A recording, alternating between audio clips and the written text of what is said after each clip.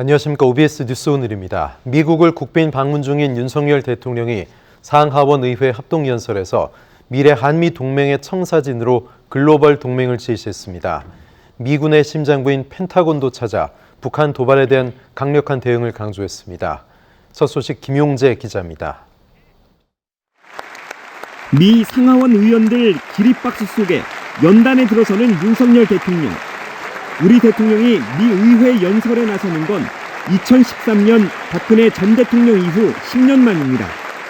윤 대통령은 K-팝 그룹 BTS를 언급, 자연스럽게 분위기를 주도하며 영어 연설을 시작했습니다.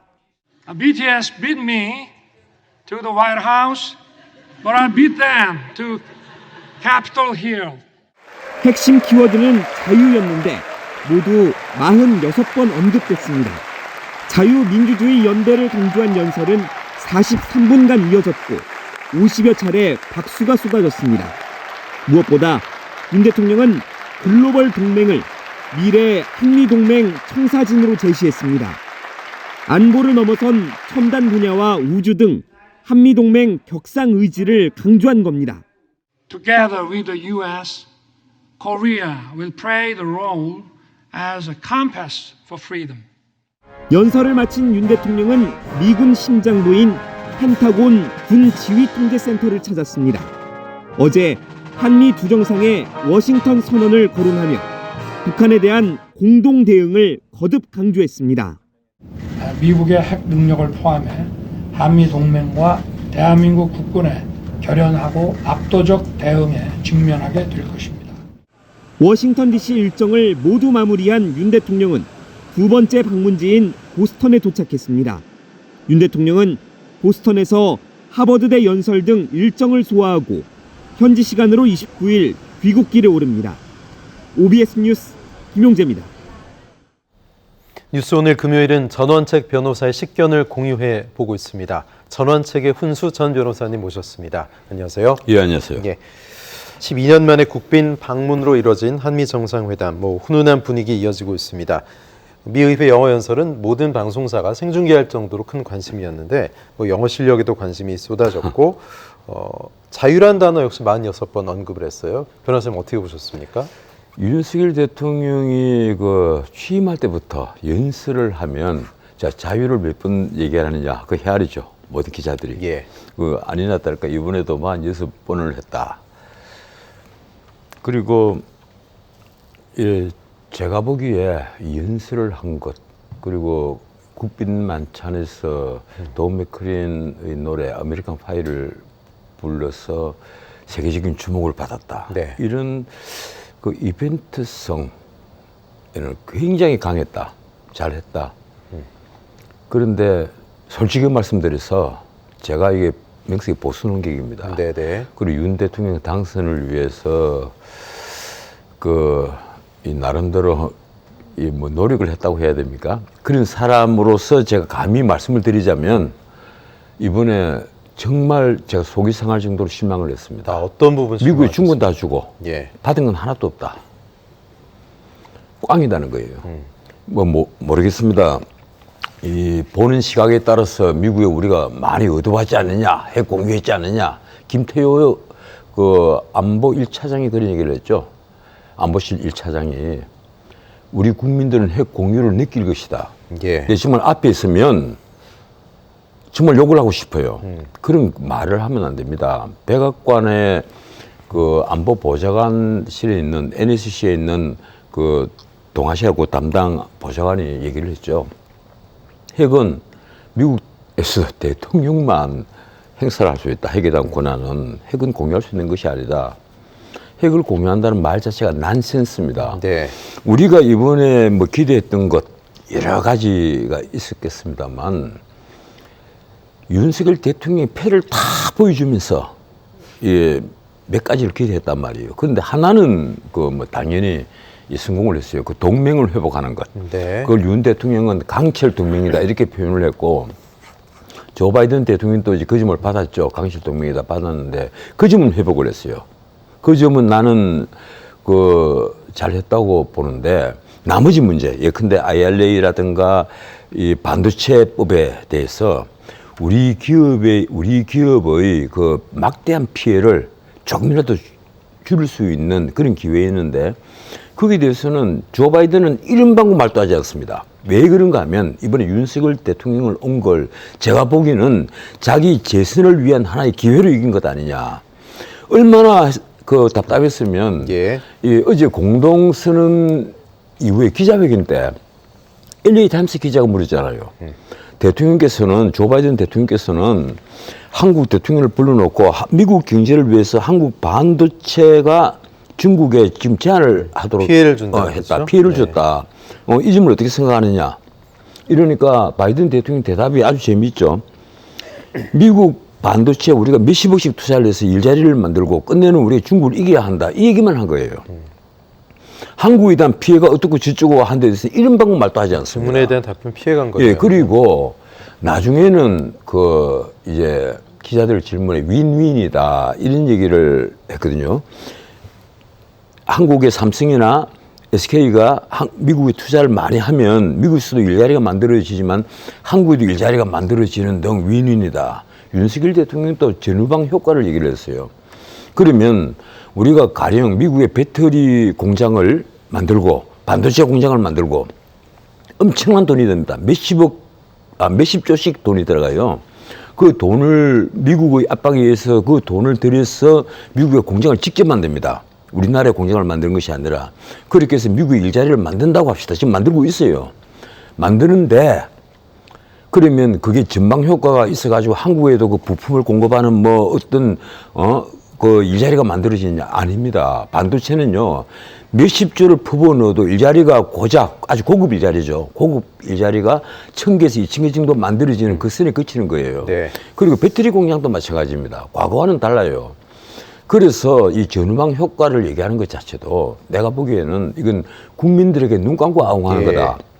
무엇보다도 이 그 핵 공유 문제에 있어 가지고 예. 뭐라고 얘기를 했는가 하면 그 NCG를 만든다 그랬잖아요. 핵 예. 협의 그룹을 만든다. 그 NCG라고 하더라고요. NCG를 만들어서 앞으로 핵을 공유하게 될 것이다. 이 비슷한 그 취지의 말을 했는데 핵 공유는 애초부터 아니고 거기에 대해서 그 뭘 하느냐 물어보니까 나중에는 윤 대통령 대답이 그렇습니다. 정보를 공유하는 것이다. 예. 전략 자산에 대한 정보를 공유하는 것이고 그것만으로도 과거와는 달리 우리의 안보 역량이 굉장히 커졌다. 미국이 지금까지 하는 것과는 달리 우리를 앞으로 엄청나게 도와줄 것처럼 얘기를 예. 했단 말이에요. 그래서 우리 언론에 정상회담 직전에 뭐라고 나왔습니까? 워싱턴 발로 나온 것이 핵 우산이 아니고 이제는 앞으로 핵 방패다. 네. 핵 우산이 아닌 핵 방패라는 표현이 일제히 쏟아졌어요. 네. 나는 참 이해가 안 됩니다. 핵 우산이 좋은 겁니까? 핵 방패가 좋은 겁니까? 뭐 저는 그런데 아무리 봐도 두 개가 뭐가 다른지는 모르겠어요. 예. 그래서 뭐가 다른 걸 봤더니 우리 대통령실이라든가 미국 워싱턴에서 흘러나온 얘기는 앞으로 미국이 보유하고 있는 핵 잠수함이 정기적으로 우리나라에 나타날 것이고 이것이 가령 랩티기 같은 거와는 또 다르게 예. 북한에 엄청난 공포감을 줄 것이다. 물 밑에서 기동을 하기 때문에 이게 핵 잠수함을 대강은 다 아시지만 양쪽에 8발씩 16발의 그 SLBM이 들어가 있습니다. 네. 물속에서 쏘는 일종의 그 탄도탄이 들어가 있는데요. 이게 그 극초음속이거든요. 음속의 30배에서 35배 정도를 날아가는 건데 LA 앞바다에서 쏘면 평양에 도달하는데 30분밖에 안 걸립니다. 네. 이러니까 이 잠수함이 우리 동해에 굳이 있을 필요가 없는 거예요. 적극적 예, 전개가 이 잠수함은 별 의미가 없다. 앞으로 네. 우리가 핵우산을 위한 하나의 장치에 불과합니다. 핵우산이라는 게 뭔가 하면 북한이 우리를 핵을 공격을 하면 우리는 전략폭격기나 아니면 ICBM, 대륙간 탄도탄 혹은 SLBM, 잠수함 발 탄도탄으로 똑같이 보복을 한다. 그것이 바로 핵우산의 개념입니다. 네. 그 확장 억제라는 개념이거든요. 이게 일부 언론은 뭐 2006년도에 처음으로 등장을 했다는데 그게 아니고 핵우산은 1980년대 처음으로 등장을 했어요. 그리고 확장 억제란 표현, Extended Deterrence 같은 표현은 그건 1990년 중반에 등장을 합니다. 예. 그런데 어떻든 핵 잠수함이 우리나라에 정기적으로 등장한다. 이래서 북한에 대한 엄청난 그 압박이 더 가해진다. 이건 전혀 아닙니다. 네. 이건 정말 우리 국민을 속이는 말이에요. 예. 나는 그래서 이 워싱턴 팔 이런 뉴스를 보면서 정말 화가 났어요. 어떻게 우리 국민들 정말 무시르게 바보로 이기는 것인가? 예. 핵 잠수함이 우리나라에 정기적으로 등장을 한다고 해서 우리 미국이 우리를 그만큼 더 보호를 해준다? 절대 그건 아닌데 왜 이런 거짓말을 하는 것인가? 네. 그리고 결국 그래서 우리가 핵을 공유하는 것이다. 이런 취지의 얘기를 김태효가 한 겁니다. 예. 그런데 김태효는 공직자로서 네. 우리 국민에게 거짓말을 한 거예요. 네. 근데 말씀하신 에드가드 케이건 백악관 NSC 동아태 담당 선임국장은 사실상 핵 공유라고 보지 않는다. 직설적으로 얘기했다 이렇게 펄쩍 뛰죠. 네. 근데도 불구하고 어쨌든 워싱턴 선언이라는 것이 70년 만에 문서화, 명문화된 것에 대한 의의는 있는 거 아니겠습니까? 어떻게 보세요? 그래서 저는 이 진정한 이 핵 문제, 이 핵 공유 이거 전에 그 앞에 전 단계 우선 핵 재처리 문제라도 나는 좀 해결을 했으면 하는 기대를 했습니다. 원자력 협정을 개정을 해서 한미 원자력 협정을 개정을 해서 그 박근혜 대통령 때 그렇게 하려고 노력을 했는데도 끝내 미국이 고개를 진 것 아니에요. 그런데 일본 정도라도 우리가 왜 못하느냐. 일본은 40%까지 농축을 한단 말이에요. 근데 우리는 불과 20%예요. 그 차이는 굉장히 큽니다. 우리가 지금 핵 폐기물 때문에 엄청난 공경에 지금 바로 그 직진에 와 있어요. 그 직진에 있단 말이에요. 지금 경주에 지금 묻어놓고 있는데 멀지 않아. 그것도 넘치게 됩니다. 그러면 이 핵 재실 문제를 해결을 해야 되는데 나 이번에 윤 대통령이 적어도 바이든에게 뭐 그런 정도는 일본 정도까지 그 40%까지 농축하는 것은 허용을 받지 않겠느냐 이랬는데 이번에 언급조차 하지 못했어요. 그러면 우리가 미국에 얻은 게 무엇이냐? 네. 아까 지금 방금 말씀하신 대로 립서비스를 확실히 얻어왔습니다. 그리고 지금까지 균열이 갔던 문재인 정권 때 금이 완전히 가서 와해 직전에 있었던 한미 동맹이 그나마 복원이 됐다는 것을 확인했다. 예. 서로 간에 강철 동맹이라고 얘기를 했고, 정말 앞으로 북한이 만약에 도발을 하면 확실히 응징을 하겠다 하는 의지 하나는 제대로 천명을 했으니까 한미 동맹은 복원이 된 건 맞다. 그러나 우리가 실속을 찾은 건 없다. 특히 미중 경제 전쟁에서요. 우리가 미국 편에 확실히 섰는데 또 설 수밖에 없고 지금 민주 진영 대 반민주 진영으로 조 바이든이 전 세계를 나누어서 대결 상황으로 만들지 않았습니까? 그런데 우리가 과거처럼 중국과 미국 사이에 줄타기를 못 한단 말이에요. 경제는 중국, 안보는 미국 이런 식으로 하면서 줄타기를 할 수가 없거든요. 그런 의미에서 우리가 미국 편에 설 수밖에는 없지만은 그렇더라도 조 바이든이 적어도 이 반도체에 대해서는 우리에게 좀 숨통이라도 틔워주는 어떤 역할을 해야 되는데 그 역할조차도 하지 않았다. 그럼 지금 말씀하신 반도체나 전기차나 사실 IRA 이런 굉장히 우리한테 중요한 이슈였는데 보도가 되고 떠들썩하게 투자 얼마를 유치했다, 넷플릭스가 투자했다, 코닝 투자했다. 사실 이거는 굳이 그게 아니었어도 원래 넷플릭스는 한국 시장에서 소위 재미를 봤기 때문에 투자한 거 당연하지 않냐 이런 성과에 대한 좀 의문도 있고 일론 머스크 만나서 뭘 했느냐 그래서 기가코리아를 세우느냐 이거에 대해서도 이벤트성 아니냐 이런 시각들이 있거든요. 일론 머스크도 이벤트성 얘기가 나오지만은 특히 넷플릭스 같은 경우는요.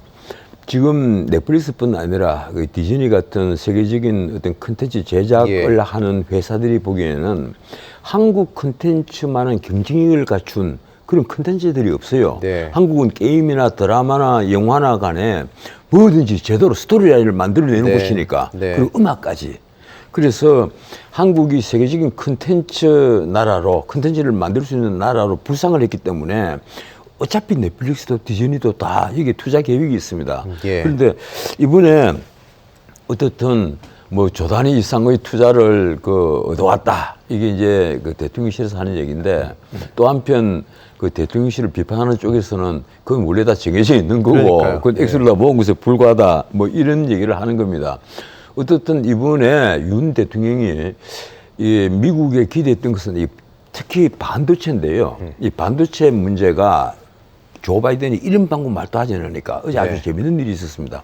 IMF에서 우리 이 성장률 전망치를 계속 낮춰봤거든요. 드디어 1.7, 1.6에서 1.5까지 내려왔습니다. 그런데 1.5% 성장할 것이다. 이렇게 성장률을 낮추면서 IMF 측에 그 담당관, 세계적인 경제 전문가죠. 근데 지금 이름을 지금 안 외워왔는데 이 사람이 한 말이 아주 재밌어요. 한국은 반도체 때문에 네. 이것보다 더 내려갈지 모르겠다. 반도체에 대해서 이제 희망이 사라졌다. 예. 이 얘기를 한 겁니다. 그러면 그 사람이 무엇을 근거로 그런 얘기를 했을까요?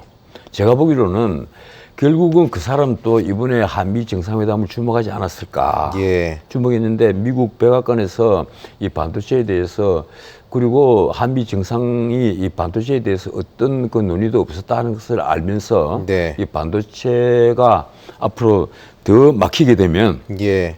가령 우리는 모두 이제 하반기에는 반도체가 다시 일어설 것이다 하고 기대를 하고 있습니다. 그런데 만약에 그렇지 않다면 우리 한국의 이 먹거리의 거의 한 3분의 1을 차지하던 적어도 4분의 1 이상인데 네. 이 3분의 1 가까운 이 먹거리를 만들어내던 이 반도체가 앞으로 일어나지 못한다면 우리 경제는요. 예. 이게 OECD 국가 중에서 아마 최저 성장을 기록하는 그런 나라가 될 가능성도 예. 있습니다. 크리슈나 스리니바산 예. 아시아 예, 예, 태평양 예, 예, 담당 예. 국장입니다. 예, 예, IMF. 예. 그 IMF 우리 아시아 담당 국장이 예, 예. 아주 이 점에 있어서 그 강조를 했죠. 이 예, 반도체 예. 문제 때문에 한국은 1.5% 지금 성장이라고 얘기를 하지만은 예. 더 낮아질 가능성이 있다. 그 굉장히 충격적인 얘기예요. 왜 그런가 하면요. 우리 잠재 성장률이 이미 1%대 후반부로 내려왔습니다. 그런데 그보다도 더 우리 성장률이 떨어진다는 말은 예. 실질적으로는 마이너스 성장을 한다는 얘기예요. 그러네요. 전 세계가 지금 성장률을 다 높이고 있는 중에 예. 한국만 성장률을 낮추고 있단 말이에요. 그 대표적인 원인이 지금 반도체입니다. 예. 그런데 윤 대통령이 이 문제의 그 중대성을 감안하지 않고 이번 한미 정상회담에서 만약 어제에서 이 반도체 문제가 없었다면 네. 뺐다면 나는 그건 정말 큰 문제라고 봅니다. 예. 자, 어쨌든 윤석열 대통령의 순방 성과가 좀 있었으면 좋겠고요. 이제 의회 연설까지 했으니까 대학들에서 연설을 합니다. MIT, 하버드. 뭐 좋은 얘기 많이 하고 성공적인 선물 보따리 안고 돌아왔으면 하는 바람입니다. 선물 보따리는 이미 없는 걸로 밝혀졌고. 네, 알겠습니다. 다만 이번에 그 미국의 대한민국 이미지업 하는 거. 예, 예. 나 그건 대단한 성공을 거뒀다. 보여준 건 확실히 보여줬다. 예, 네, 이미지업을 알겠습니다. 했다. 예. 예, 한국의 정치적 스타를 한 분 만들어냈다. 네. 이런 생각을 합니다. 사인도 받던데요. 뭐 셀카 찍고. 글쎄 말이에요. 예. 자, 이번엔 민주당 얘기 좀 해보겠습니다. 윤재욱 국민의힘 원내대표와 원내 협상을 이어갈 파트너 민주당 인사가 결정됐습니다. 삼선의 박광훈 의원인데요.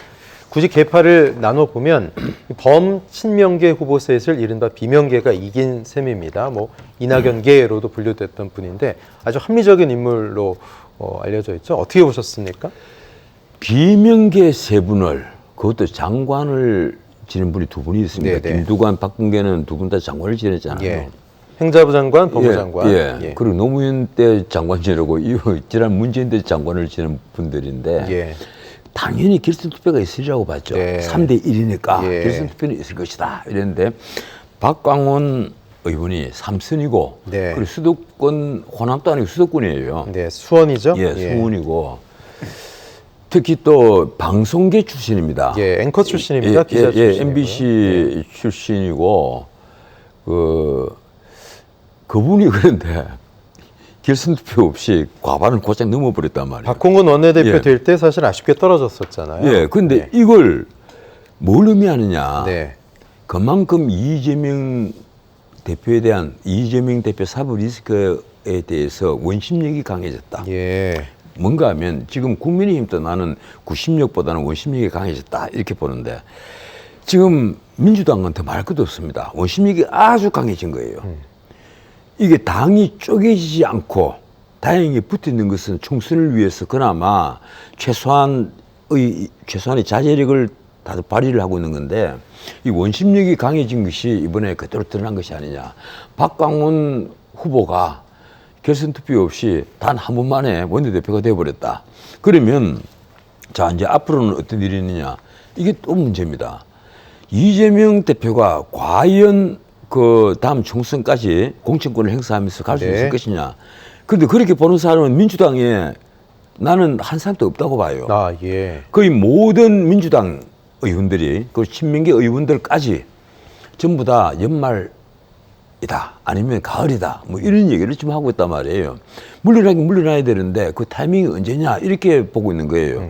그래서 이 공천권을 행사한다는 것은 나는 이미 물 건너간 것이고, 그렇다면 다음 총선을 그 대표할 얼굴로 이 박광원 원내대표가 등장을 한 것이 아니냐. 네. 그런데 문제는 지금 민주당이 이미 그 국민들에게 이게 신뢰를 잃을 만큼 잃어버렸습니다. 특히 이번에 그 민영배 의원 복당, 이 특별 복당이라고 그랬잖아요. 네. 그리고 그 박웅건 원내대표가 물러나기 전에 마지막 이제 사업을 하나 벌인 건데 저는 엄청난 실수를 했다고 생각합니다. 어떤 실수요? 민영배를 그 복당을 시킨 것은요, 사실 민주당은 우리는 민주당이 아닙니다, 민주가 아닙니다 하는 걸 예. 그대로 보여준 거예요. 예. 우리는 민주주의에 대해서 배신을 언제든지 할 수 있고 우리의 이익을 위해서 언제든지 민주화는 다른 길, 반민주로 갈 수 있습니다 하는 것을 그대로 드러낸 일입니다. 꼼수 탈당이라는 걸 뭐 소위 확인 사살한 건가요, 그러면? 그렇죠. 예. 아니, 헌법재판소에서 이건 탈법이다, 불법이다. 예. 그러면서도 헌법재판소에서는 이른바 금수완박법을 예. 유효하다고 봤거든요. 근데 박광훈 원내대표가 그때 법사위원장을 지낸 분이에요. 맞습니다. 그래서 박광훈 이 원내대표도 이 금수완박법에 이런 책임이 있습니다.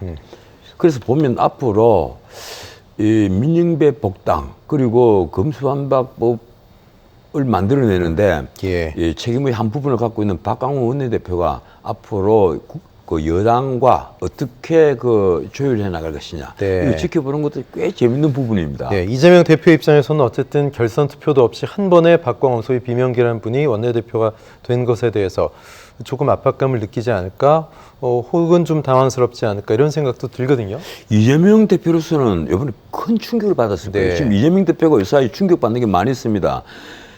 그 자기가 말하는 데 따라서 무조건 움직이는 로봇처럼 생각을 했던 개딸들이, 네. 이른바 개딸들이 예. 자기에게 가끔가다 반대되는 행동을 한단 말이에요. 자기 말을 거역을 하고 항거를 하는 그런 모습을 보이거든요. 네.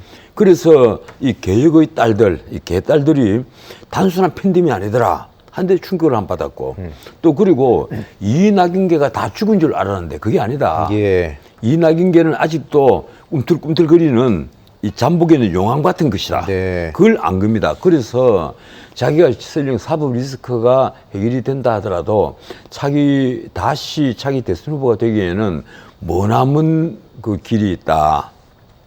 그걸 아마 깨달았을 겁니다. 예. 제가 보기로는 이 박광훈 대표가 된 데 대해서 아마 어제 이재명 대표가 밤잠을 설쳤을 거예요. 네. 아니, 그 어제가 아니고 오늘이겠죠. 오늘 아마 밤잠을 설칠 겁니다. 예. 잠을 아마 못 이룰 거예요. 충격을 많이 받았을 겁니다. 예.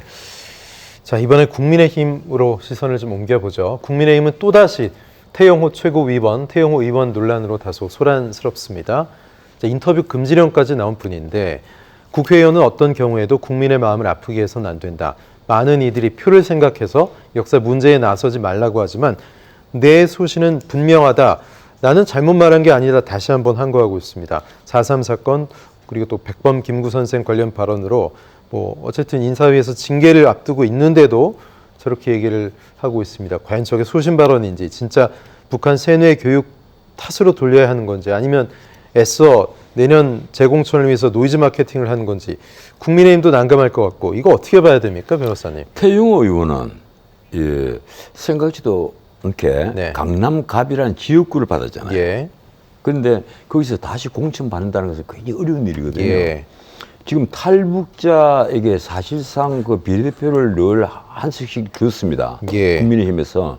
그런데 이번 21대는 이 태영호 의원을 강남갑에 또 공천해갖고 탈북자에게 국회의원 자리를 2개를 준 것처럼 보이는 거예요. 네. 그래서 본인도 아마 다음 국회에 다시 진출하기 위해서 이 강남갑을 사수를 해야 되니까 네.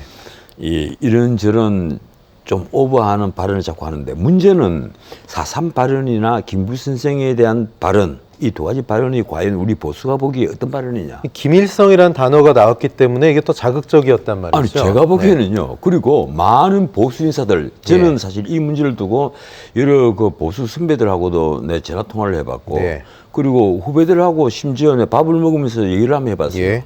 그랬더니만 다들 이 태용호 의원이 이게 너무 억울하지 않느냐 이런 표현을 많이 쓰는 아하, 거예요. 예. 그리고 신문에 그런 칼럼도 나왔습니다. 그 동아일보에는 김순덕 대기자가 그런 칼럼을 썼고 네. 다른 신문에는 기자 있는 뭐 이런 식으로 해서 그런 칼럼까지 나왔는데 자 4.3 사건만 하더라도 그렇습니다. 이게 김일성이가 배후에 있다. 근데 그게 태용호 의원은 북한에서 그렇게 배웠다는 거거든요. 네. 우리는 가령 김대중 대통령, 김대중 정부 때 이 4.3 사건을 이 실제 조사를 정부 차원에서 처음 조사를 한 거잖아요. 했었죠. 그 조사를 하면서 이게 노동당, 그 노동의 남노당의 폭동이지만 여기에 이 진압하는 과정에서 선량한 제주 도민들이 많이 희생됐다. 이게 이제 하나의 줄거리입니다. 그런데 김일성이 배후에 있느냐 없느냐. 김일성이 배후라는 표현을 했다가 지금 난리가 나버린 네. 거거든요. 그리고 두 번째, 김구 선생이 김일성에게 이용을 당했다. 이건요, 우리 시대 때 이 김구를 가지고 공부를 했던 분들, 저를 포함해서 네. 이 김구를 공부했던 사람들은 김구가 김일성에게 이용당했다. 그렇게 알고 있는 분이 굉장히 많이 있습니다. 아. 저도 그렇게 알고 있고요. 제 역사 지식도 그렇습니다. 일정 부분 김일성에게 이용당한 부분이 있다. 보는 시각에 따라 다르겠지만 아예 없는 말이 아니다 이렇게 보시는군요. 그렇죠. 아니 우리 시대도 그렇게 배운 사람들이 굉장히 많아요. 실질적으로 책에 그렇게 많이 나와 있고 신문에 그렇게 보도가 됐고 네. 그런 자료들이 많이 나와 있고 지금도 이건 그런 뭐 자료들이 있습니다. 변호사님 개인적인 생각이신 겁니다. 그렇죠? 예, 물론 네. 제 개인적인 생각입니다만은 그렇게 알고 있는 사람들이 우리 보수 쪽뿐 아니라 나이 네. 드신 분들이 굉장히 많이 있다는 예. 거예요. 그리고 태용호는 북한에서 그렇게 배워온 겁니다. 그렇게 알고 있는 거예요. 예. 그래서 그런 말을 했다고 해서 이것이 가령 엄청난 설화다 하는 것은 나는 그렇게 설화라고 여기는 분들이 좀 오버액션 아니냐. 네. 저는 그렇게 봅니다. 그렇게 보시는군요. 그럼 뭐 태영호 최고위원뿐만이 아니고 조수진 의원도 그렇고 또 이 김재원 최고위원도 그렇습니다. 어쨌든 당에서 징계를 하긴 해야 될 텐데 두 최고위원에 대해서 중징계를 하자니 최고위 지도부가 2명이나 이탈을 하게 되고 또 경징계를 하자니 국민 여론이 무섭고 고민이 깊을 것 같습니다. 아니요, 저는 그 김재원 의원에 대해서는 네. 아마 그 중징계 쪽으로 나가겠죠. 네. 뭐 그러면서 그, 내년 총선 출마도 제한되는. 예, 그 부분이 그 지금까지 한 발언들은 사실 문제가 굉장히 있는 얘기예요. 네. 정광훈 목사 관련. 예, 특히 정광훈 목사와 관련돼서 뭐 보수를 천하 통일했다느니부터 시작해서 온갖 얘기들을 한 데 대해서는 어떤 의미에서 이 최고위원으로서 좀 경망스럽다고 할까. 네. 이 참 이 보수 정당의 얼굴에 분칠을 해버린 예. 그 아주 좋지 못한 발언인데, 그 태용호 의원의 발언과나 김재원 의원의 발언을 똑같은 그 선에 놓고 본다는 것 자체를 나는 이상하게 생각합니다. 결이 다르다. 이 태용호 의원의 발언은 역사를 어떻게 볼 것인가 하는 시각의 네, 문제예요. 여기에 대해서 가령 전혀 다른 거짓말을 했다라든가 아주 엉뚱한 말을 했다면 모르겠는데, 4.3 사건의 배후에 김일성이 있다는 말은 저는 그건 우리가 알고 있는 그 지식과는 조금 동떨어진 얘기입니다. 네. 근데 태용호는 거기에 대해서 자신은 북한에서 그렇게 배웠다 하는 얘기입니다.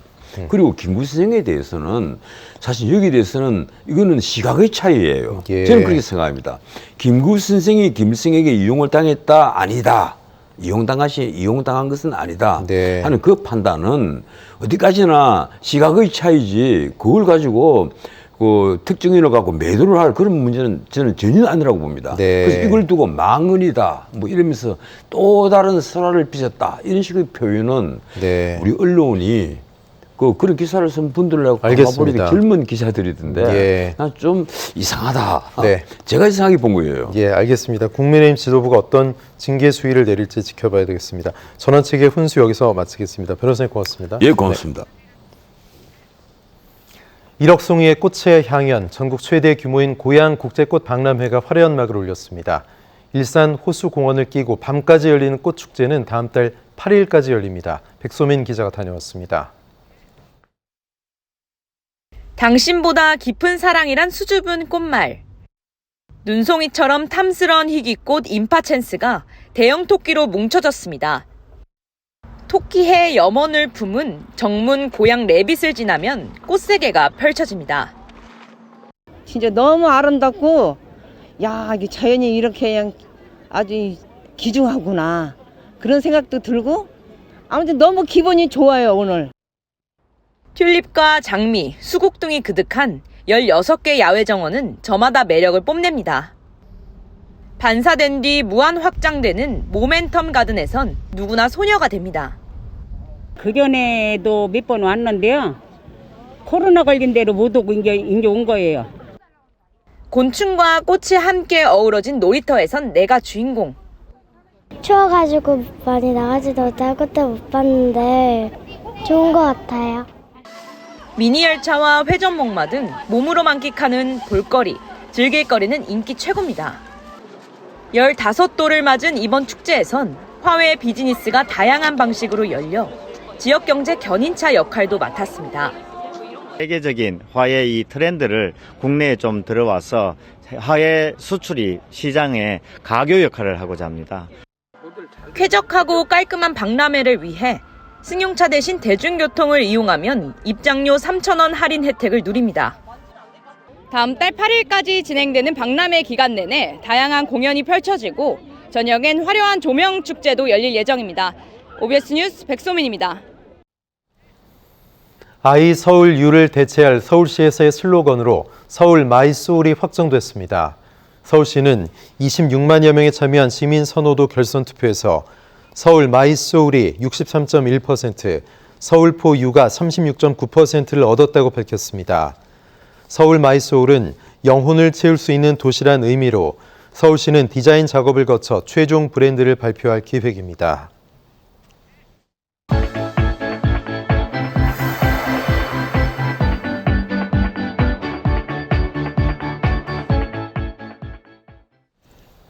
인천 지역의 섬 주민들이 함께 만들어가는 인섬 뉴스 시간입니다. 각 섬의 통신원분들이 직접 생생하게 취재해서 전해드리고 있죠. 오늘은 덕적도와 연평도 소식 들어보죠. 통신원분들 안녕하십니까? 안녕하세요. 네, 반갑습니다. 자, 먼저 덕적도 소식인데요. 인천의 섬 지역은 의료기관과 인력이 부족한 의료 취약 지역입니다. 병원에 가기 어려운 덕적도 주민들을 위한 무료 진료 사업이 진행됐습니다. 이광식 통신원 나와주십시오. 네, 이광식 통신원입니다. 네, 진료받기 위해서 많은 주민들이 참여해 주셨다고요? 네, 한가롭던 덕적도 섬마을 주민자치센터가 의사 선생님들과 환자들로 북적입니다. 몸이 아파도 육지까지 가는 불편 때문에 병원을 자주 찾지 못하는 어르신들을 위해 인천 세종병원 의료진들이 왕진을 온 것입니다.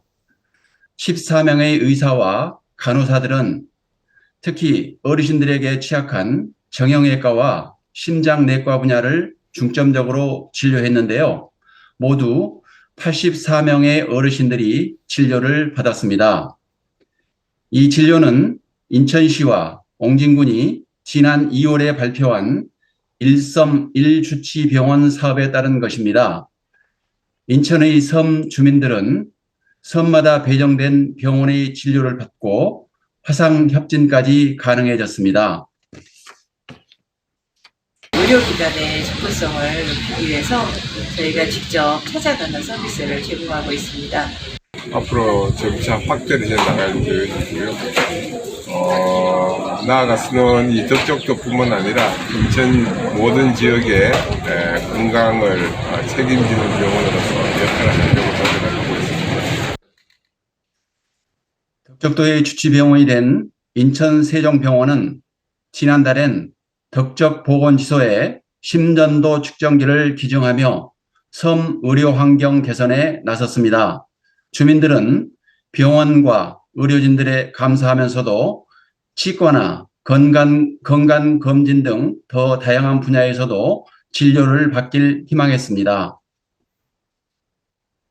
덕적은 섬이라는 여건 때문에 의료 서비스를 받기가 참 불편하고 어려운데 그래도 세종병원에서 이렇게 오셔서 덕적 주민들 그 의료 서비스를 위해서 애써주시고 참 감사하게 생각합니다. 앞으로도 덕적은 노인 인구가 많으니까 좀 의료 서비스를 잘 신경 써주셨으면 좋겠습니다. 이번 달엔 덕적도, 대청도, 승봉도가 진료를 받았고 다음 달엔 북도와 연평도에서 진료가 진행됩니다. 담당 병원에서는 연 2회에서 6회 정기적으로 섬을 방문할 예정입니다. 앞으로도 의료가 소외된 섬 주민들에게 지속적인 관심과 지원을 기대합니다. 덕적도에서 OBS섬 통신원 이광식입니다. 섬 주민들의 건강을 위해서 다양한 의료 서비스가 제공되길 바라겠습니다. 이번엔 연평도로 가보겠습니다. 전교생이 43명인 연평초등학교엔 그동안 도서관이 없었는데요. 그래서 어린 학생들이 중고등학생들과 함께 도서관을 사용했었습니다. 얼마 전 새로운 도서관이 생겼다고 하죠. 자세한 소식 들어보죠. 박인환 통신원 나와 계십니까? 네, 박인환 통신원입니다. 네, 어린 학생들이 쓸 수 있는 도서관이 생겼다고요? 네, 연평도에는 유치원부터 고등학교까지 있는 통합학교에는 도서관이 단 한 개뿐이었습니다. 그동안 연평초등학교 학생들에게 도서관은 이용하기 불편한 곳이었는데요. 공간이 부족해 유치원생과 초등학생들은 위한 책들은 로비와 복도에 배치했습니다. 그러다 보니 어린 학생들은 원하는 곳 책을 찾기도 이용하기도 어려웠습니다. 그래서 연평초 학생들을 위한 도서관을 만드는 것은 오랜 수건 사업이었는데요. 이러한 상을 알게 된 하나건설과 한국중부발전이 서둘러 기금을 만들어 도서관을 마련했습니다. 안 쓰던 빈 교실이 도서관으로 탈바꿈한 것입니다. 한화건설부문과 한국중부발전이 지역사회의 지속가능한 발전을 위해 지역사회와 더불어 함께하려는 노력이 계속된다면 보다 밝고 희망찬 미래가 만들어질 것이라고 생각합니다. 우리 초등학생들에게 보다 자유롭고 그리고 열려있는 공간을 제공하고 그 안에서 각자의 꿈을 키우고 그리고 자라게 할 수 있는 공간이 드디어 마련되었습니다. 책 꽂혀 있는 것과 책상이랑 그 다음에 여기 뒤에 있는 소파 이런 게 너무 좋은 것 같아요. 대도시 어느 학교와도 비교할 수 없을 정도로 아름다운 이 공간은 공부하면서 누리하기 좋은 학습 공간이 됐습니다. 다음 세대의 주인공인 연평초등학교 학생들이 책을 통해 더욱더 성장해 대한민국을 이끌어가는 주역이 되길 바랍니다. 연평도에서 OBS 섬통신원 박인환입니다. 네, 소식 잘 들었습니다. 고생해 주신 통신원분들 감사합니다. 고맙습니다.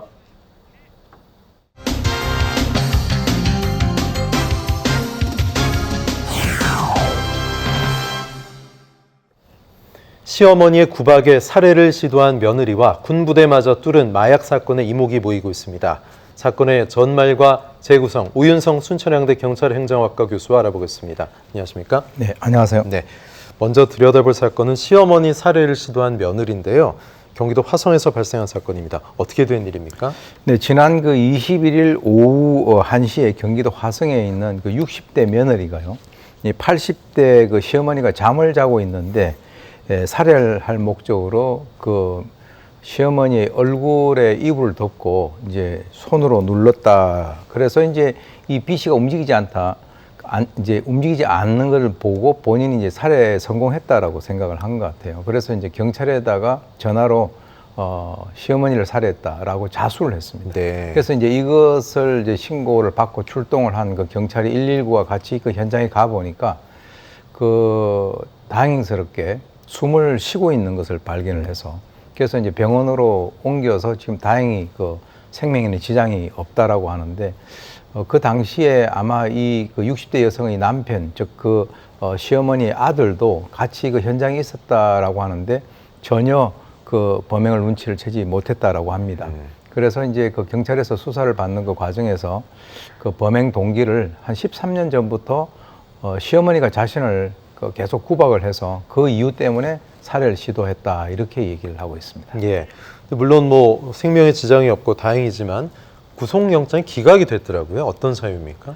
예, 경찰이 이제 바로 영장을 그 신청을 했는데 네. 그 수원지법에서 영장이 기각이 됐습니다. 그 이유는 일단 그 이 여성이 주거가 일정하고 도주할 우려가 없다라고 하는 그런 표면적인 이유 이외에도 현실적으로 이제 그 피해자가 사망을 하지 않았고요.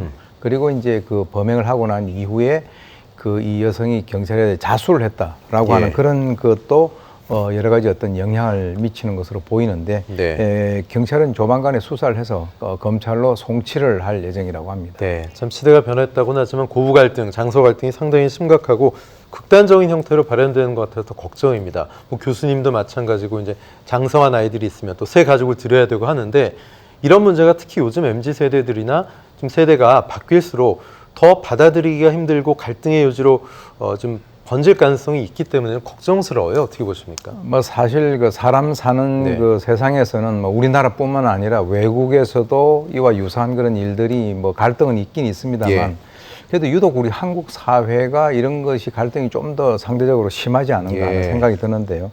제 주변에서도 이 나이 든 그 며느리에게 그 스트레스를 그 주는 또 더 나이 많은 그 시어머니가 있는 그런 사례들이 이제 가끔씩 관찰되고 있거든요. 그래서 일단 이제 구박을 받았다라고 해서 이 살해를 한다라고 하는 그 행위는 어떤 이유에서도 결코 정당화될 수가 없고 또 이제 이 지배의 구체적인 내막에 대해서는 잘 모른다라고 하는 그 전제 하에서 이번 사건 같은 경우는 가해자의 나이가 60대인데 그 13년 전부터 구박을 받았다라고 얘기를 하니까 연령으로 봐서는 뭐 초혼일 수도 있고 재혼일 수도 있는 그런 가능성이 있는데 뭐 그건 크게 중요한 것은 아니지만 어쨌건 이 결혼 초기에서부터 이 시어머니가 결혼에 반대를 했을 걸 가능성도 있고요. 또 이 두 사람 사이에서 그 13년 동안 일방적으로 이제 가해자와 피해자로 해서 스트레스를 이 그 여성이 지속적으로 받아왔을 그럴 가능성이 있는데 그 과정에서 남편이 어떤 그 역할을 좀 이렇게 하기가 쉽지 않았던 것 같이 보이고요. 그리고 이제 이 여성이 지금 60대라고 하지 않습니까? 그러니까 이제 본인이 이 정도 나이가 됐는데 지금도 이 스트레스를 갖다가 받는 것에 대해서 굉장히 격분했을 그럴 가능성도 있는데 앞으로는 아까 말씀하신 대로 이 MZ 세대들 같은 경우는 아예 그 부모랑 같이 살지 않을 그럴 가능성이 상당히 높다라고 봅니다. 예, 이번엔 군부대로 시선을 옮겨보죠. 곳곳에 마약 문제가 시끄러운데 군부대에서 대마초를 핀 장병이 적발돼 충격을 주고 있습니다. 한 명이 아니라면서요? 네, 지금 이제 뭐 드디어 이제 군부대에서도 문제가 뭐 있다 이렇게 이 얘기는 나왔는데 이제 좀 크게 터졌습니다. 사건이 발생한 곳은 경기도 연천에 있는 한 육군 부대에서 군 수사대가 제보를 받아가지고 이 그 병사들이 생활관을 압수수색을 했는데요. 거기에서 이 사물함 그리고 이제 생활관에 있는 천정에서 대마초가 이제 발견이 됐습니다. 그래서 이제 관련자는 현역이 5명이고 전역 한 사람이 이제 1명인데 부대 내에 아마 이 그 대마초를 택배를 통해서 반입을 한 것으로 지금 현재 이제 확인이 됐고요.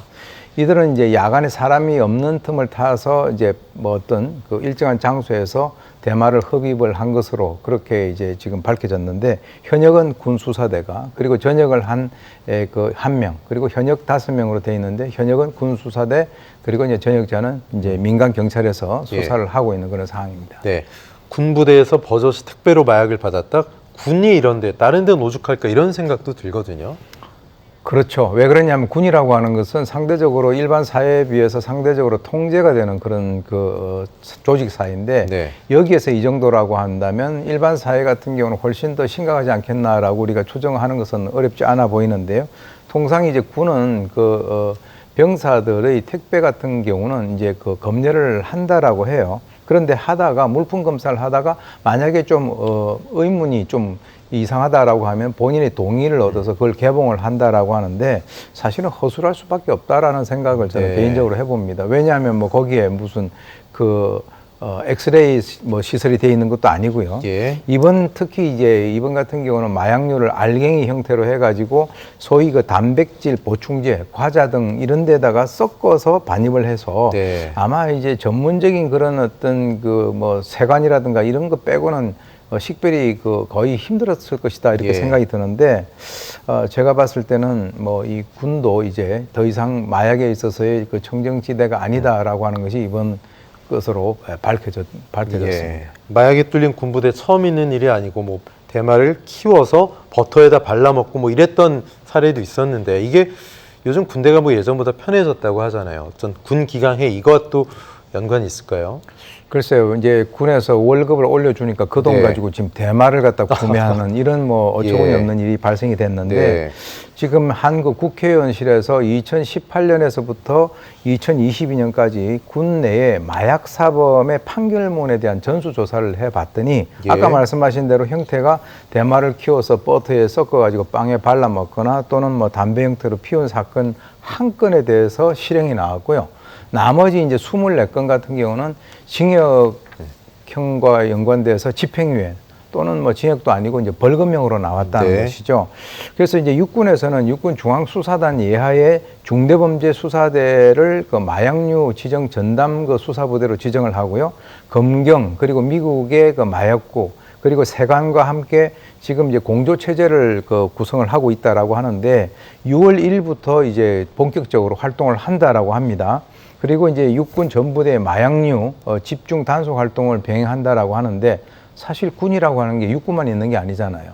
해군, 공군, 해병대도 있는데 적어도 국방부 차원에서 지금 현재 좀 강하게 대처를 하지 않으면 안 되는 그런 시점에 온 것 같습니다. 네, 사건을 하나 더 보겠습니다. 이른바 신대방팸 이게 오늘 많이 검색된 단어인데요. 낯선 단어입니다. 경찰이 수사에 착수했습니다. 정식 수사에 경찰이 나선 이유가 궁금합니다. 네, 지난 16일 날 강남의 한 빌딩에서 10대 여학생이 투신하는 장면을 이제 실시간으로 공개를 했고 그 영상이 SNS를 통해서 일파만파로 이제 확산이 됐는데요. 이 A양 같은 경우는 생전에 이 DC인 사이트의 우울증 갤러리라고 하는 그곳에 본인이 극단적 선택을 하겠다라고 하는 이 암시글을 지속적으로 올려온 것으로 그렇게 밝혀졌습니다. 네. 그런데 이제 이 우울증 갤러리에서 활동을 하는 일명 신대방팸이라고 아마 그쪽에 위치가 신대방동 쪽에 있는 것 같은데 이 사건 이후에 이 갤러리에 있는 남성 회원으로부터 여성 청소년들이 피해를 받았다라고 하는 이런 신고가 이제 경찰에 접수가 됐고요. 그래서 이제 여학생 피해자의 복수의 성인 남성들이 접근을 해가지고 성관계를 요구했다라고 하는 이런 신고가 접수가 됐는데 지금 경찰은 B 씨 등 20대 남성 4명을 대상으로 해서 미성년자 의제강간 그리고 이제 폭행 협박으로 입건하여 이제 현재 수사 중에 있습니다. 네, 우울증 갤러리 말씀하셨는데 뭐 최근 10대에 여학생이 투신 생중계 사건, 뭐 극단적 선택 전에 SNS에 자신을 바라보고 있는 사람들한테 인생을 허비하지 말고 뭐 커뮤니티를 접어라 이런 말을 남긴 것으로 전해지고 있습니다. 대체 어떤 갤러리길래 이런 일들이 벌어지는지 궁금하거든요. 이 우울증 갤러리인데요.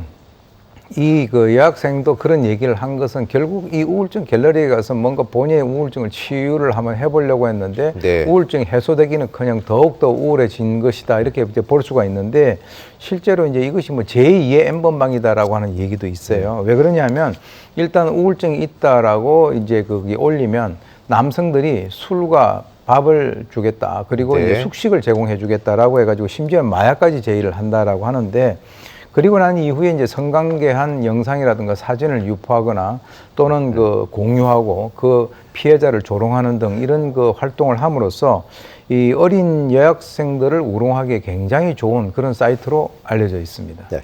사실 이 정도면 상당히 문제가 심각한데 이 사이트 갤러리를 폐쇄해야 되는 거 아닌가 상식적으로 그런데 방통위가 이 문제를 보류했습니다. 이유가 뭐였을까요? 그렇죠. 이제 구체적으로 방송통신위원회가 왜 이러한 결정을 보류를 했는지는 지금 알 수는 없겠지만 여러 가지 이유가 있겠죠. 그런데 이 DC인 사이트 같은 경우는 일명 이제 미성년자를 대상으로 해서 여기에서 성착취가 광범위하게 이루어지고 있다라고 하는 그 사실에 대해서 이미 알고 있을 가능성이 있는데 이 사건 발생하고 난 이후에는 이제 앞으로 성인 인정하고 난 뒤에 이용하겠다 이렇게 얘기했 얘기했는데요. 제가 봤을 때는 설사 폐쇄를 한다 하더라도 다른 곳에서 바로 대책 커뮤니티가 만들어져서 활동할 가능성이 상당히 있다라고 보고요.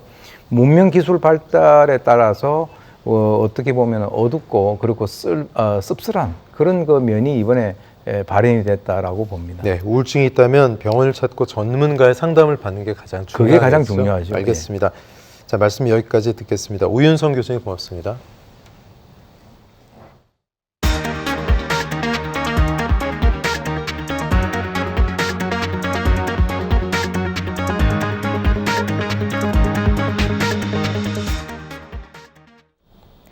경제오늘입니다. 반도체 부분이 반등하면서 3월 산업 생산이 큰 폭으로 증가했습니다. 하지만 최근 감소 흐름에 따른 기저효과 등 일시적 요인이 작용해 경기 회복까지 판단하기는 어렵다는 평가입니다. 유성훈 기자가 보도합니다. 통계청에 따르면 3월 전산업 생산지수는 111.6으로 지난 2월보다 1.6% 증가했습니다. 이는 지난해 3월 이후 1년 만에 최대폭 상승입니다. 생산은 작년 11월 감소한 뒤 12월과 올해 1월, 2월에 이어 3월까지 증가하거나 변동이 없었습니다. 지난달 생산 증가는 제조업과 광공업 생산이 이끌었습니다.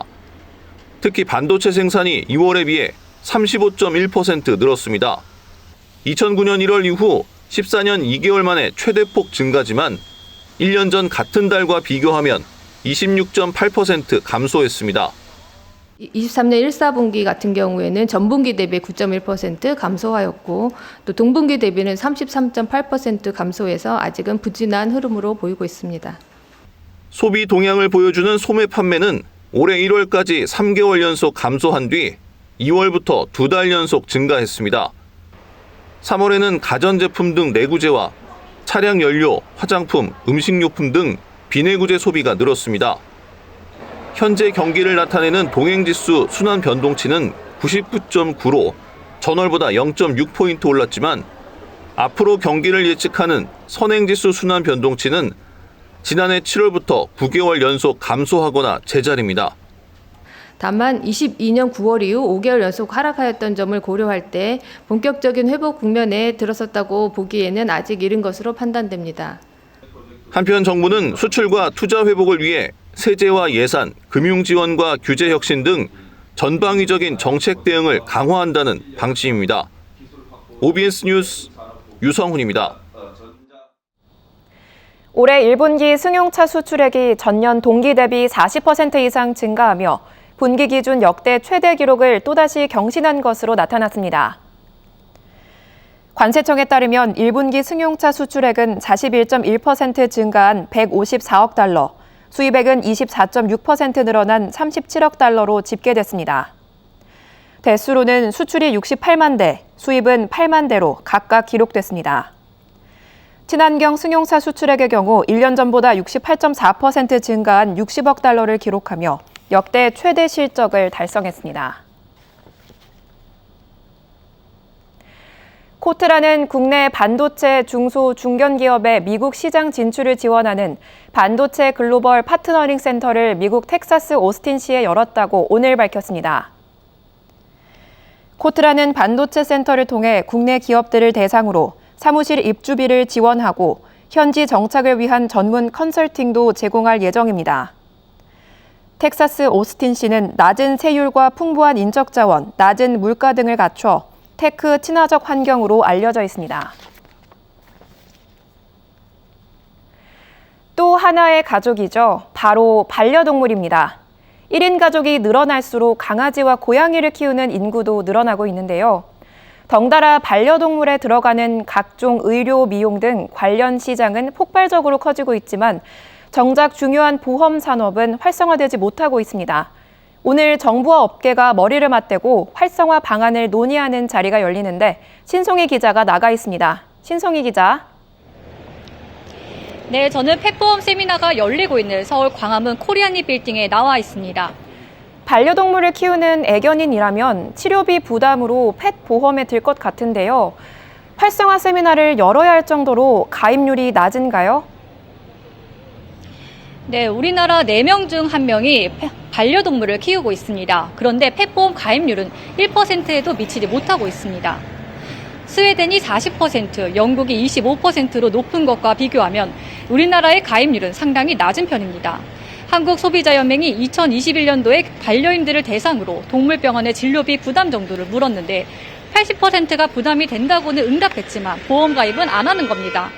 반려인들 대부분은 보험 가입의 필요성을 느끼지 못하거나 보험료 부담, 가입 거절 등의 여러 가지 이유가 있었습니다. 보험을 조금 알아봤는데 우리 강아지가 좀 나이가 지금 7살 정도 되다 보니까 보험료가 너무 비싸기도 하고 갱신도 좀 빨리 되는 편이라서 가입을 하기보다는 적금식으로 이제 보험료가 비싼데 이게 그 5년마다 갱신이 돼야 되고 그 면책 조항도 굉장히 많더라고요. 이 실효성에 대해서 좀 의문이 드는 게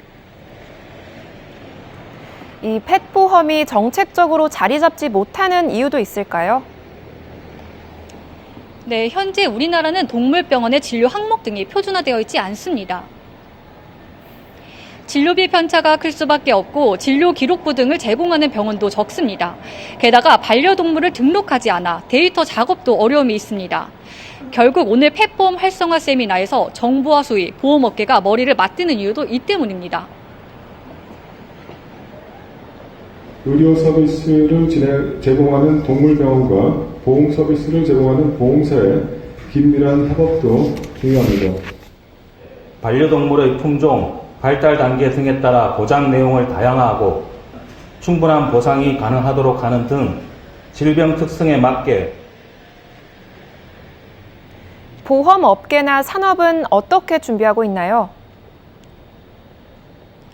네, 글로벌 펫보험 시장 규모는 지난해 11조 원에서 2030년에는 40조 원으로 성장할 것으로 전망됩니다. 그만큼 보험업계는 이 시장을 놓칠 수가 없는 겁니다.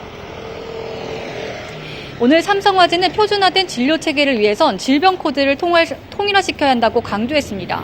또 보험 실효성을 높이기 위해서 보험 청구 역시 간편해야 합니다. 메리츠화재는 펫보험에 맞지 않는 현재 규제를 풀어야 보험 판매와 서비스 고도화가 가능하다는 입장입니다. 정부는 이에 관계자들의 의견을 토대로 진료 표준화를 마련하고 펫보험 활성화 기반을 마련하겠다는 계획입니다. 지금까지 광화문에서 전해드렸습니다. 비즈투데이입니다. LG U+가 올해 초 발생한 디도스 장애와 관련해 피해보상협의체와 종합피해보상안을 내놨습니다. 개인 고객 427만 명에 대해서는 장애 시간 대비 10배를 기본 보상하고 온라인몰 U+콕에서 사용할 수 있는 쿠폰을 제공합니다. 피해를 입었다고 접수한 소상공인에 대해서는 인터넷과 IPTV, CCTV 이용요금 한 달을 감면하고 온라인 블로그 홍보 서비스 레뷰를 무상으로 지원합니다. PC방 사업자에 대해선 현금 지급이나 이용요금 감면 중 선택할 수 있도록 하고 보상 금액은 차등 적용하기로 했는데요. LG U+는 이번 보상안은 객관성을 갖춘 외부 전문가들과 충분한 논의를 거쳐 만든 고객의 관점과 상황을 고려한 보상책이라며 향후 신뢰 회복을 위해 더욱 진정성 있는 프로그램을 선보일 예정이라고 밝혔습니다. 조성환 현대모비스 사장이 현지 시간으로 어제 오스트리아 빈에서 열린 제44회 비엔나 모터 심포지엄의 초청 강연자로 나서 현대차 그룹의 미래 모빌리티 비전과 현대모비스의 전략적 역할을 주제로 발표했습니다. 이번 행사에서 조 사장은 우수한 품질의 소프트웨어와 최적의 반도체를 기반으로 전동화 자율주행, 커넥티비티 분야에서 현대모비스만의 차별화된 플랫폼을 고객에게 제공하겠다고 강조했습니다.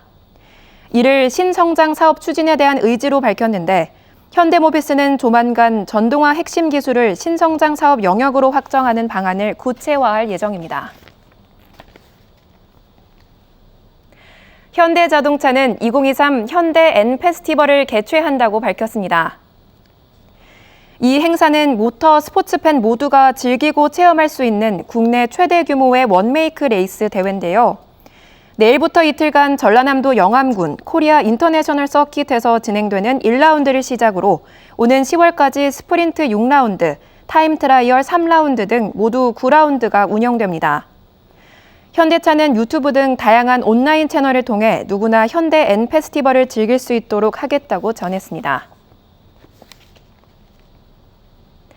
KT는 경기도 분당 본사에서 중소벤처기업부가 후원하는 납품 대금 연동제 로드쇼를 열었다고 밝혔습니다.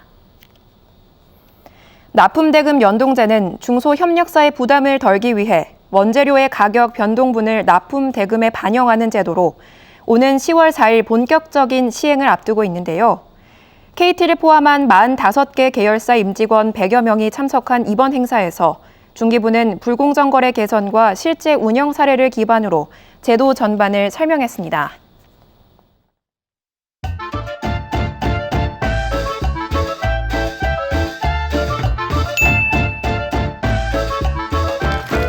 금에 대한 통제가 있을 수 있는 시점이다. 이건 좀 안 하셨으면 좋겠다라고 생각을 해요. 그러니까 수수료가 거의 없다는 뜻이죠.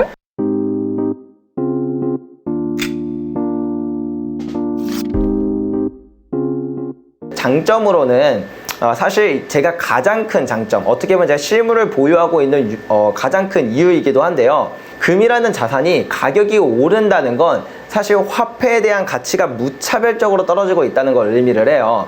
그렇다 보니까 화폐를 관장하는 이 국가의 입장에서는 사람들이 화폐로부터 탈피해서 금으로 가는 게 어마어마한 리스크거든요. 그래서 이러한 시기에는 오히려 금을 통제했던 경우가 많았습니다. 1933년 루즈벨트 대통령은 행정명령으로 금을 이제 다 전 국민의 금을 모두 몰수하려는 그런 법을 정해서 실제로 이 이후에 금을 소유하거나 거래하는 모든 사람은 큰 벌금 혹은 징역형까지 살게 되는 그런 일이 있었어요. 우리나라도 뭐 IMF 때 금은 인출도 안 되었고요. 오히려 금 모으기 운동으로 국민들의 금을 강탈하기도 했었죠. 마찬가지로 앞으로 우리가 이제 금 가격이 되게 올라갈 수밖에 없는 상황이 되어 있는데 금 가격이 올라갈 수밖에 없는 상황은 반대로 말하면 금에 대한 통제가 있을 수 있는 시점이다. 그렇기 때문에 내가 만약에 금융자산 같은 형태로 보유하게 된다면 그러한 통제에서 자유로울 수 없지만 실물을 내가 보유하고 있다면 그래도 그런 통제로부터 자유로울 수 있기 때문에 꼭 실물이 좋을 것 같다라고 생각해서 저는 보유를 한 거고요. 그럼에도 불구하고 또 실물이 이제 뭐 보관도 불편하고 여러 가지 뭐 절도나 이러한 것도 있기 때문에 이런 건 같이 고민해 보시면 좋을 것 같습니다. 네, 금 정리통장. 보통 은행에서 많이 이렇게 추천을 하는 그런 상품인데요.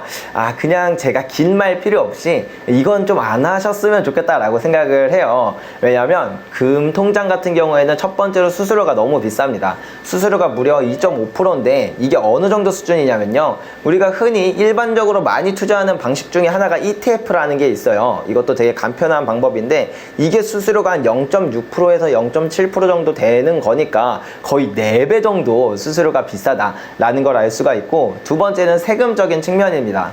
금은 적게 오를 때는 600%, 많게 오를 때는 2500%나 상승할 정도로 한 번 상승이 시작하면 진짜 엄청난 그런 상승 퍼포먼스를 보여줍니다. 근데 금통장의 경우에는 이 수익의 15.4%를 세금으로 내야 하는 배당소득세가 있습니다. 심지어는 연수익이 2천만 원을 넘어가게 되면 종합금융소득과세라는 것에 걸려가지고 이제 최대 44%의 누진과세도 부과되게 되죠. 그래서 이왕이면 이것보다 더 좋은 다른 투자 방법도 많아요. 제가 그런 것들을 차라리 소개해드리고 싶어요.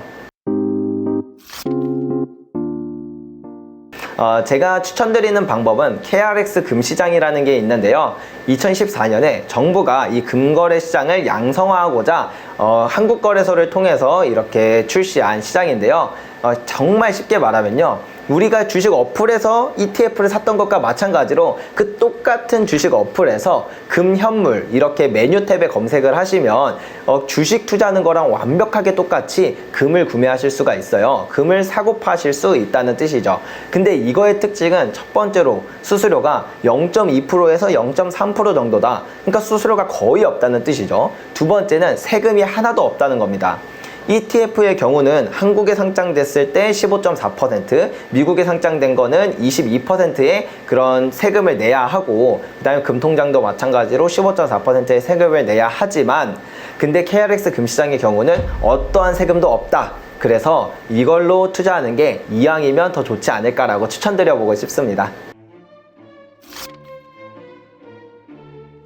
은 같은 경우에서 한번 예를 들어볼게요. 은은 KRX 은시장 이런 게 없어요. 안타깝게도. 그렇다 보니까 세금을 피할 수가 없더라고요. 네, 그래서 이 세금을 피할 수 있는 뭐 거의 유일한 방법이라고 한다면 이게 이제 한국금거래소에서 출시한 생골드라는 그런 플랫폼이 있는데요. 여기서는 금과 은, 뭐 백금, 이런 팔라듐 이런 것들을 다 그냥 디지털상에서 거래할 수 있는 이런 플랫폼인데 수수료는 한 1% 정도 되지만 그래도 세금이 없으니까 그래서 요것도 그냥 한번 참고해 보시면 좋지 않을까 이렇게 말씀드려 보고 싶어요. 금은 일단은 다른 자산들이랑 비교하면 일 변동성도 되게 작고 그리고 추세도 길기 때문에 좀 이제 스펙타클한 걸 좋아하시는 분들의 입장에서는 지루한 자산일 가능성이 커요. 그런 만큼 또 좋은 점은 큰 또 이렇게 뭐 마음에 그런 심리적인 변동이 없다는 점에선 좋기 때문에 내가 투자의 확신만 조금 갖고 있으시게 된다면 정말 편한 그런 투자를 하는 걸 이제 느끼실 것 같아요. 한국 핵공학자 석윤열 카인슈타인입니다. 플루토늄 그리고 이제 거기서 분열됐던 세슘 올림픽 규격 수영장 10개죠. 세계 시민에게 그 빚을 던져버리는 거라고 보시면 돼요.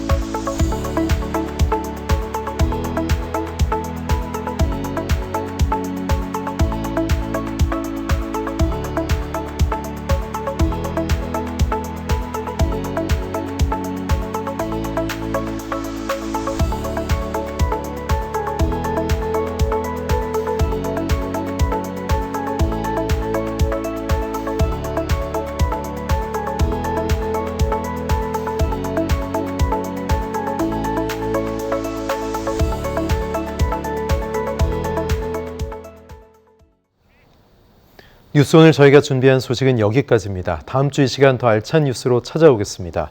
시청해주신 여러분 고맙습니다.